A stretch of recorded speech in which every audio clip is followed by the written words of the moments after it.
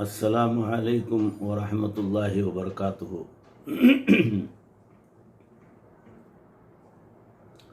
الحمد للہ نحمده ونستعینه ونستغفره ونؤمن به ونتوکل علیہ ونعوذ باللہ من شرور انفسنا ومن سیئات اعمالنا، من يهده الله فلا مضل له ومن يضلله فلا هادي له، ونشهد أن لا إله إلا الله وحده لا شريك له، ونشهد أن سيدنا ومولانا محمدا عبده ورسوله أرسله بالحق بشيرا ونذيرا وداعيا إلى الله بإذنه وسراجا منيرا. أما بعد، قال الله تبارك وتعالى في القرآن المجيد والفرقان الحميد: فأعوذ بالله من الشيطان الرجيم، بسم الله الرحمن الرحيم. قل إن كان آباؤكم وأبناؤكم وإخوانكم وأزواجكم وعشيرتكم وأموال اقترفتموها وتجارة تخشون كسادها ومساكن ترضونها أحب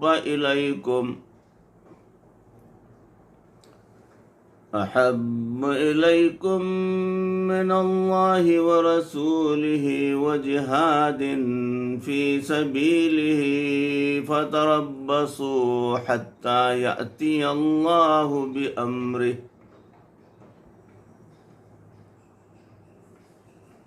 صدق الله مولانا العظيم. محترم ناظرین،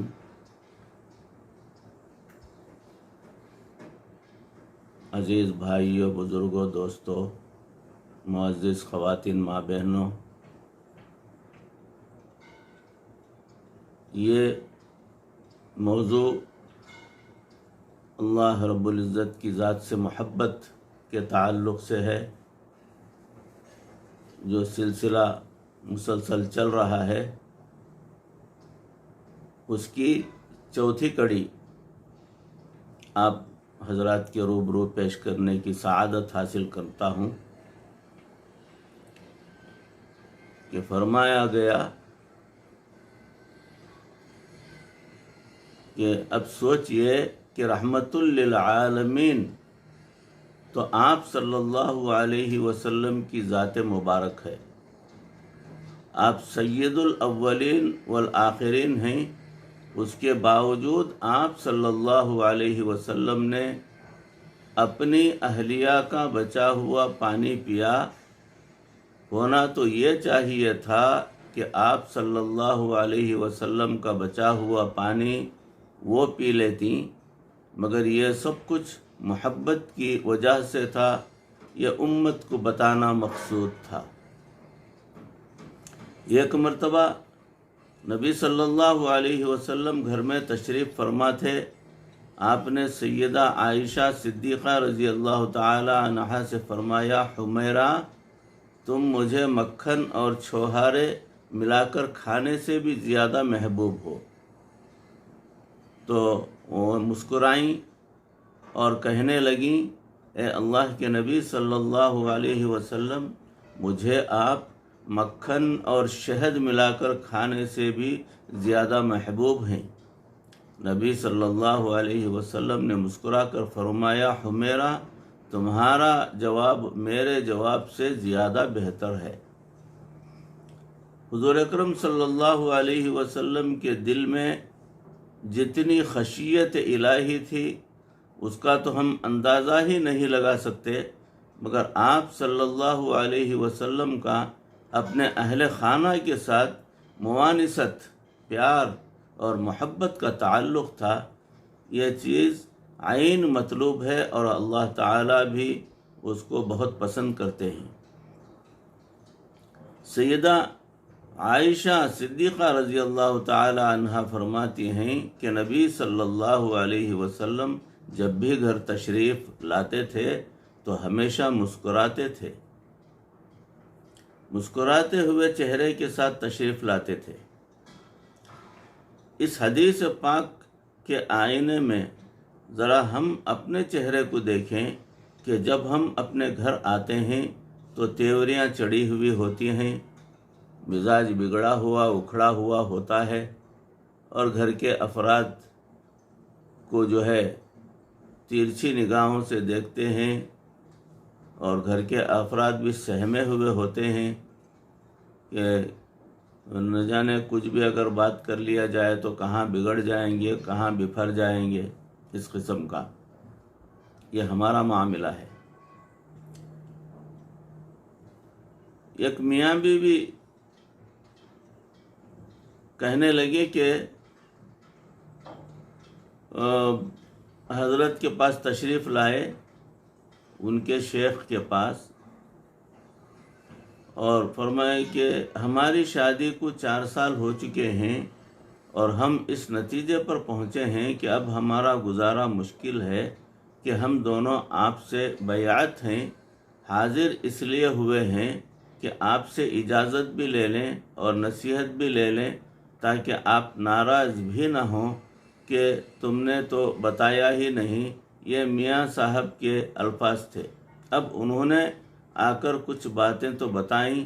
ایسے حالات میں پیروں کا کام یہ ہوتا ہے کہ read in between the line, یعنی بین السطور اصل حقیقت کو سمجھیں۔ کچھ تو مرید آ کر بتاتے ہیں اور کچھ ان کو پڑھنا پڑتا ہے کہ اندر کی بات کیا ہے۔ خیر، اندر کی بات کا پتہ چل گیا کہ ان دنوں خاوند کا کاروبار کچھ مشکل سا بنا ہوا ہے، اور وہ جب گھر آتے ہیں تو وہی تفکرات اور وہی سوچیں انہیں گھیرے رہتی ہیں۔ بیوی اس وقت کھانا کھاتی ہے جب وہ گھر آتے ہیں، اور جب وہ گھر آتے ہیں تو ان کا موڈ بگڑا ہوا ہوتا ہے۔ ایسے حالات میں تو گھر میں محبت والا ماحول پیدا ہو ہی نہیں سکتا۔ میں نے ان سے کہا کہ آپ جس فیصلے کے نتیجے پر پہنچے ہیں اس کے لیے آپ 6 مہینے انتظار کریں۔ وہ کہنے لگے جی بہت اچھا۔ میں نے کہا خاوند یہ وعدہ کرے کہ وہ یہ کام کرے گا؟ اس نے کہا جی حضرت میں ضرور کروں گا۔ میں نے کہا کہ وعدہ یہ لینا ہے کہ آپ جب بھی گھر آئیں گے آپ اپنی اہلیہ کو دیکھ کر مسکرائیں گے۔ ان کو ایک چھوٹی سی بات نظر آئی، وہ کہنے لگے کہ جی حضرت بہت اچھا۔ وہ اس وقت اس بات کی حقیقت کو نہ پا سکے۔ اب بتائیں کہ بیوی انتظار میں ہو، مل کر کھانا کھانا چاہتی ہو، خاوند کے لیے دروازہ کھولے اور خاوند کی اس پر نظر پڑے اور وہ مسکراتے ہوئے جو ہے باتیں شروع کی ہو جاتی ہیں۔ میں نے ان کو 6 مہینے کی مہلت دی تھی، انہوں نے اس نصیحت پر عمل شروع کر دیا۔ چنانچہ 6 مہینے تو کیا، 1 مہینے کے بعد فون آیا کہ حضرت جتنی محبت کی زندگی ہم اب گزار رہے ہیں ہم نے اس کے بارے میں کچھ سوچا بھی نہیں۔ ذرا سوچئے کہ ایک مسکراہٹ نہ ہونے کی وجہ سے دونوں کی زندگی تلخ ہو کر رہ گئی تھی۔ جہاں نبی علیہ السلام کی ایک سنت کے چھوٹنے پر گھر اجڑنے کی نوبت آ رہی تھی، وہاں وہی سنت زندہ کرنے پر گھر جنت کا منظر پیش کرنے لگا۔ آدمی کو چاہیے کہ بچوں کی محبت کی وجہ سے شریعت مطہرہ کے احکام کو پس پشت نہ ڈال دے۔ مثلاً بچے یہ ضد کریں کہ ابو ہمیں تو آپ ٹی وی لے کر دیں۔ بچوں کی ایسی ضد کوئی اچھی چیز نہیں ہے، کیونکہ شریعت کے خلاف ہے۔ ایسے لوگ نام تو بچوں کا لیتے ہیں، لیکن حقیقت میں وہ اپنی دلی مراد پوری کرتے ہیں۔ وہ کہتے ہیں کہ بچے ہمسایوں کے گھر میں جا کر ٹی وی دیکھتے تھے، اس لیے ہم نے کہا کہ اس سے تو بہتر یہ ہے کہ اسے ہم اپنے ہی گھر لا کر دے دیں۔ تو ایسے ہی ہوا کہ بارش سے بھاگا، پر نالے کے نیچے آ کر کھڑا ہو گیا۔ یعنی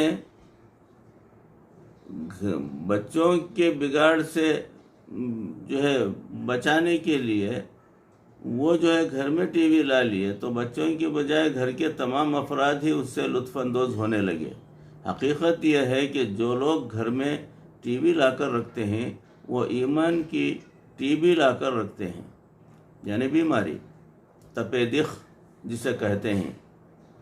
جس طرح جس انسان کے اندر ٹی بی کے جراثیم آ جائیں تو وہ اپنی جان سے ہاتھ دھو بیٹھتا ہے، اسی طرح جس گھر میں ٹی وی کے جراثیم آ جائیں وہ ایمان سے ہاتھ دھو بیٹھتا ہے۔ شریعت میں ایسی باتیں مطلوب نہیں ہیں، اس لیے یہ بات ذہن میں رکھیے کہ ان محبتوں کی ایک حد ہے کہ یہ سب محبتیں اللہ رب العزت کی محبت کے نیچے رہنی چاہیے۔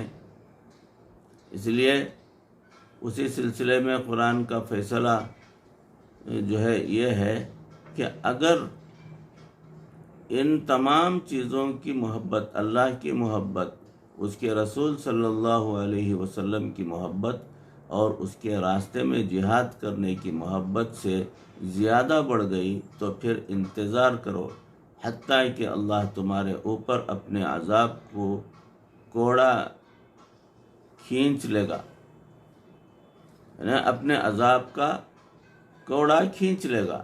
یہ سب محبتیں اللہ کی محبت کی چھتری کے نیچے رہنی چاہیے۔ اگر اللہ کی محبت کی چھتری ہٹ گئی تو یہ سب محبتیں ناجائز ہو جائیں گی۔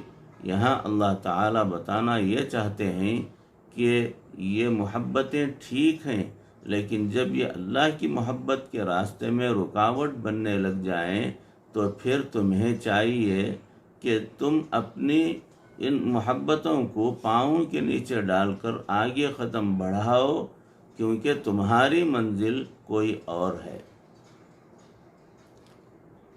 یہ ایک محبت انسانوں کے درمیان نفسانی خواہشات کی وجہ سے ہوتی ہے۔ ایسی محبت کو شریعت میں حرام کہا گیا ہے۔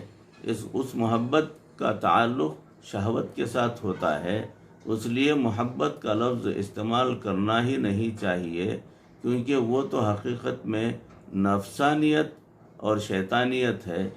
وہ محبت انسان کو مجبور کرتی ہے کہ دوسروں کے ساتھ خلاف شرع تعلقات بنائے۔ ایسے تعلق کی انتہا یہ ہے کہ جب آدمی کی شہوت پوری ہو جاتی ہے تو یہ تعلق بھی ختم ہو جاتا ہے۔ انسان کے اندر کی گندگی اسے ایسے تعلقات کے لیے مجبور کرتی ہیں۔ ان شہوانی محبتوں سے اللہ کی پناہ مانگنی چاہیے۔ ایسے لوگ مختلف شکلیں پسند کرتے پھرتے ہیں۔ ارے دنیا میں تو مختلف ٹھپے چل رہے ہوتے ہیں، تم کس کس ٹھپے کو پسند کرو گے؟ شریعت نے فرما دیا ہے کہ جو چیز تمہارے لیے حلال ہے اس سے محبت کرنا مستحسن عمل ہے، اور جس چیز سے منع کر دیا گیا ہے اسے تم آنکھ اٹھا کر بھی نہ دیکھو۔ گویا نپ دی ایول ان دی بڈ، برائی کو شروع میں ہی دبا دو۔ کہ مصداق سمجھا دیا کہ تم ایسی چیزوں کو دیکھ بھی نہیں سکتے، لیکن کئی مرتبہ انسان ایسے تعلقات میں پھنس جاتا ہے، بلکہ سچ کہوں کہ ایسے تعلقات میں دھنس جاتا ہے